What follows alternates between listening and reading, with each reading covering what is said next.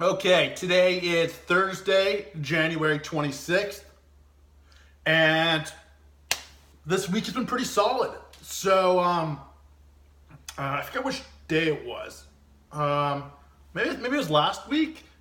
I think it was, yeah, last week when I did some of the influencer stuff for the first time. I paid $150 to get this girl to make this video, and it got us some pretty decent downloads. And then, it was on Sunday night when the new update got approved. And so we did that influencer stuff late last week just to test out to see if it worked. And it seemed to work pretty effectively. What we ended up getting is, the first one we did was the most pure sample. And with that one, we got about 1% of video views on Instagram to convert to downloads. So, the first video got like 50,000 views, so 500 downloads, which is not bad, especially for only paying $150. Pretty solid. But at that point, we had not done the. It was still version 3.0, and in that version, we did not have the automatically inviting friends on the onboarding process. The default was not select all. The default was just nobody, and defaults are king, as we know. And they kind of determine what behaviors the users take. We didn't get a lot of virality from that. But we did prove the concept that, okay, this influencer stuff could work. And then Sunday night, the new update came out where we did have the ability to control how many people we invited from the onboarding process. And the nice thing was this stuff is server side, so I can just go to my computer and change how many people we default select on the people's contacts. So that's great. It wasn't as effective as the first time. The first time it was a little over 14% of people where they would just not pay attention, they would not unselect all, and invite 40% of people would invite all of their contacts. And that made it very easy for us to grow very, very quickly. But largely, I think that was the result of shitty design. It wasn't very clear of where to press, unselect all. It kind of just looked bad, and it was just generally quite confusing. And because of that, we're able to, confuse people into inviting all their friends. But with this version, it is the design's a lot better. And that makes it so, I think, less people were confused, which is generally a good thing. But in the case of getting everyone to invite all their friends, not as good. We didn't have the same sort of viral takeoff as we did last time. That said, we did have a little bit, and we did prove the concept, and okay, this is still working. This is a relatively effective way to get downloads. So we did that, and it was good. So for the last few days, we've been a pretty high-ranked social media app. The peak was about probably the 80th top-ranked social media app in the U.S. We've had a few thousand downloads this week, which is solid. And more importantly, we've been able to really see what the app is like at scale when we have hundreds of users on the app at any given hour, and lots of interaction, lots of video being created, and I was really able to test my assumption of, does the app get better with the more users?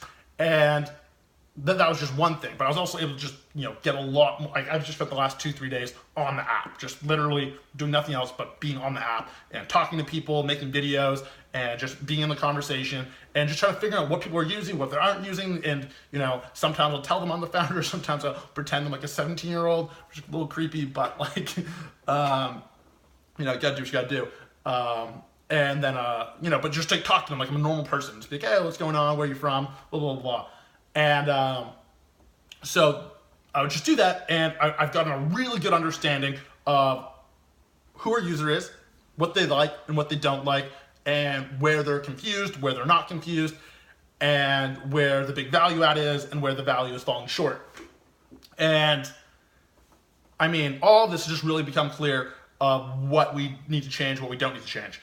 And the update that I've been talking about that we're currently working on, it just makes it all the more clear that that is the right path. The biggest problem right now is people will create a video, and the general concept of the app, it's cool, it works. I can be able to ask a question, send it to someone, and then presumably the recipient, I can send it to someone and they'll respond. But the issue is, no one in the world likes pressing on links. If you got a random text message that said, someone asked you a question, here's a link, press it, would you do it? I mean, probably not. It's just a little sketchy. We don't have that brand awareness where we can't just say, must know, because, oh, this is like a legit thing. No one knows who the hell we are. So we don't really have that luxury. And even if we did, I still don't think, the conversions would be that high. So it makes it very difficult for people to actually get responses to their questions. And that sucks. If you ask a question, you want a response. So that's why, it's another reason why this new model where we're flipping it, where we're kind of just going to be connecting people in real time, just be like, okay, here's someone on the app, this is a little information about them, ask them a question. And it may not necessarily be your friend, but you're going to be able to ask them a question, and then you'll get an answer. So that should all be good. And furthermore, now just playing around with the app and really seeing what it's like, is generally people that are using the app, they don't have problems talking to strangers. Like, a lot of people are just like totally cool and open to it, and it's actually kind of fun. I was having fun with it. It's just talk to random people, and it's like, oh, who are you? And it's interesting, it's fun. So it's less of an issue than I would have thought. I thought people really want to just talk to their friends. And of course, that's a cool feature and it's great, but not having it isn't a deal breaker by any means. The fun part is really just, connecting with someone new or connecting with somebody, friend or not friend, and then being able to ask them a question, and then the question is kind of the impetus to starting a conversation. And then you can start talking with them. So I'm really excited about this new version. The clock is just really ticking here, really ticking. We spent a little less than $1,000 in the last few days promoting this. The Twilio stuff was, it's going to look like about $500 by the end of the day. I'm going to have a call with them later on today and hopefully drive these prices down so we don't have to pay as much for the text messages. The clock and the bank account are just, they're ticking. So it's going to make it interesting, but I'm really excited for this next new version. I think we're really going to nail it. I think we got all the pieces, everything's going to come together in this next little piece, and it's going to be so fucking close. It's going to be so close with the amount of time that we have, amount of money we have. But at the end of the day, I think the faith that I gotta have is that if this product is as good as I think it's gonna be, it doesn't matter. Things will work itself out. I don't know how they'll work themselves out.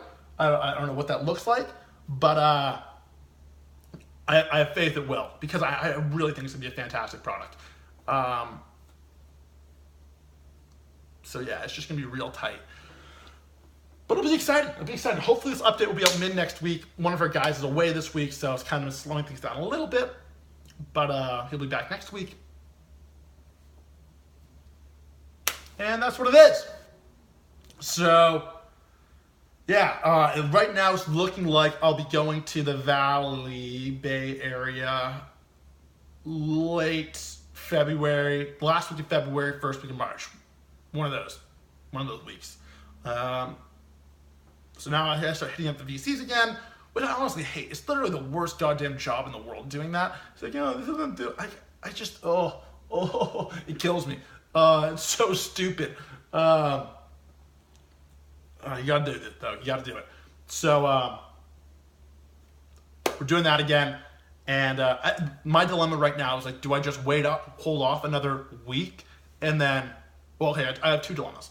Dilemmas are, do I hold off until the new update to start reaching out to the VCs, where I think the numbers will be a lot better, and the numbers will just be better, but the downside of doing that is that we'll have a week less, and You know, it might not be a week, it might be a week and a half. And then, then we're getting into the first week of February, and then, makes it really, really tough to make shit happen. It just, we don't have that much time. So I don't know. But then the other thing is, do we continue to focus on growth for the next week, let's say? Today's Thursday. This update will probably, still be, hopefully we'll be able to submit, optimistically a week today. And then, let's say it'll be live next weekend. What